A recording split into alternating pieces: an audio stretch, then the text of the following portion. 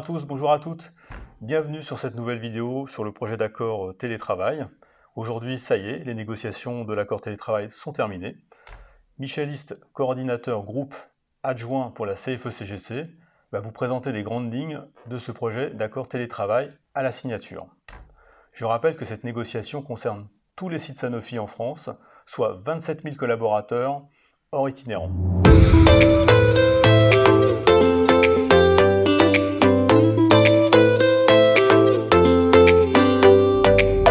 Bonjour à toutes et à tous. Merci Christophe pour cette introduction. Alors Michel, est-ce que tu peux nous expliquer les plus de ce projet d'accord? Le plus important pour cet accord est que le télétravail se développe en termes de nombre de salariés qui peuvent en bénéficier, mais aussi en nombre de jours. Il permet d'augmenter le nombre de salariés pouvant bénéficier du télétravail. Actuellement, par exemple, hors période Covid, des salariés ne peuvent pas télétravailler, car le minimum de 1 jour de télétravail par semaine n'est pas jugé compatible avec leur activité. Pour y remédier, cet accord prévoit de télétravailler ponctuellement jusqu'à 15 jours par an. Ce dispositif pourrait également permettre de convaincre les managers encore réticents de la compatibilité d'un télétravail régulier avec l'activité de leurs collaborateurs. En termes de nombre de jours télétravaillés, cet accord permet de dépasser les 2 jours par semaine actuels. Concernant les autres aspects maintenant, les situations de crise sanitaire sont couvertes dans cet accord. Il est possible de télétravailler depuis différents lieux, y compris d'autres sites Sanofi, ce que n'autorise pas l'accord actuel. Il sera également possible, par exception, de prendre des demi-journées en télétravail. Le télétravail peut aussi être favorisé sur préconisation médicale. Enfin, une commission de suivi est prévue pour suivre la mise en place et le respect de l'accord. Et en pratique, Michel, tu peux nous donner des précisions sur le télétravail régulier? Bien sûr, pour le télétravail régulier, l'accord prévoit la possibilité de faire 1 à 3 jours de télétravail par semaine, avec toutefois des restrictions, telles qu'une présence sur site au minimum de 2 jours par semaine, une présence sur site par mois en moyenne d'environ 50%, et l'impossibilité de reporter les jours de télétravail d'une semaine sur l'autre. À noter que pour le critère environ 50% de présence en moyenne par mois, le terme environ autorise une certaine latitude.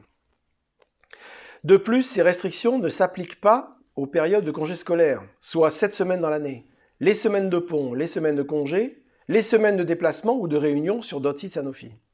De plus, des exceptions pourraient être accordées aux salariés dont le poste a été transféré sur un autre site suite à une réorganisation. Quelles sont les modalités financières prévues?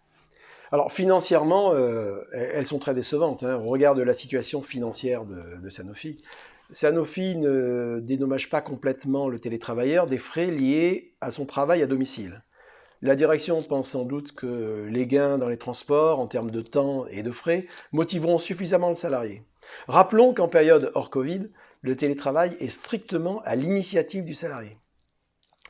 Pour l'installation, le forfait de 150 € déjà prévu dans l'accord de 2012 n'est pas réévalué. Il devient par contre renouvelable tous les 5 ans ou dès la mise en place de l'accord pour les salariés en télétravail avant mars 2020. Le forfait mensuel de 20 € passe seulement du brut au net, soit une augmentation limitée à 20% environ. Ce forfait de 20 € net ne s'applique qu'à partir de 24 jours de télétravail par an.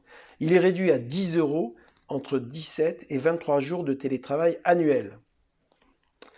Ces montants seront cumulés et réglés en fin d'année et non pas mensualisés. Notons que le forfait de 150 € devient renouvelable tous les 5 ans ou dès la mise en place du nouvel accord pour les salariés qui étaient en télétravail avant mars 2020. D'autre part, il est prévu qu'en fonction des nécessités du métier, le télétravailleur pourra obtenir de son service un écran supplémentaire, un casque avec micro, un haut-parleur, mais cela reste à l'appréciation de la hiérarchie. Les télétravailleurs auront accès aux tarifs Sanofi pour acheter les équipements. Enfin, pour les salariés des sites tertiaires parisiens et lyonnais, le niveau de prise en charge des transports en commun est proposé à 80%, quelle que soit la formule de télétravail choisie, versus 50% aujourd'hui. Et quel est le principal inconvénient en termes d'organisation? Voilà, clairement, en termes d'organisation, le principal inconvénient, c'est qu'il n'est pas possible de regrouper des jours de télétravail comme prévu dans l'accord de 2012. Alors Michel, signature ou pas signature?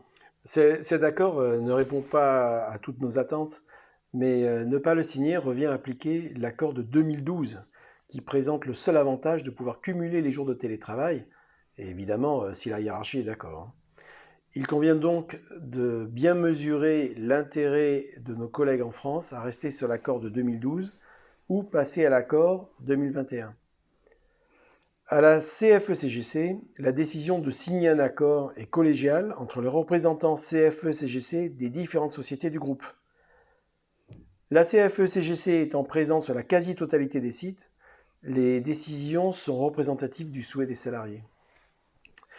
Vous allez voir maintenant un résumé de cet accord, mais sa non-signature nous laissera au niveau de l'accord de 2012.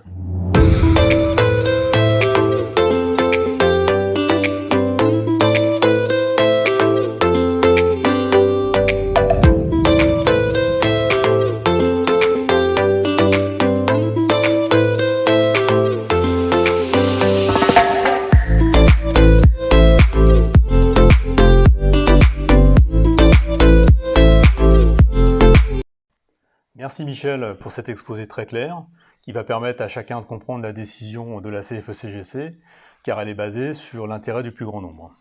Étant moi-même sur un site tertiaire, je suis évidemment déçu par la direction qui n'a pas saisi l'opportunité d'aller plus loin sur la rémunération et laisser plus de flexibilité aux salariés.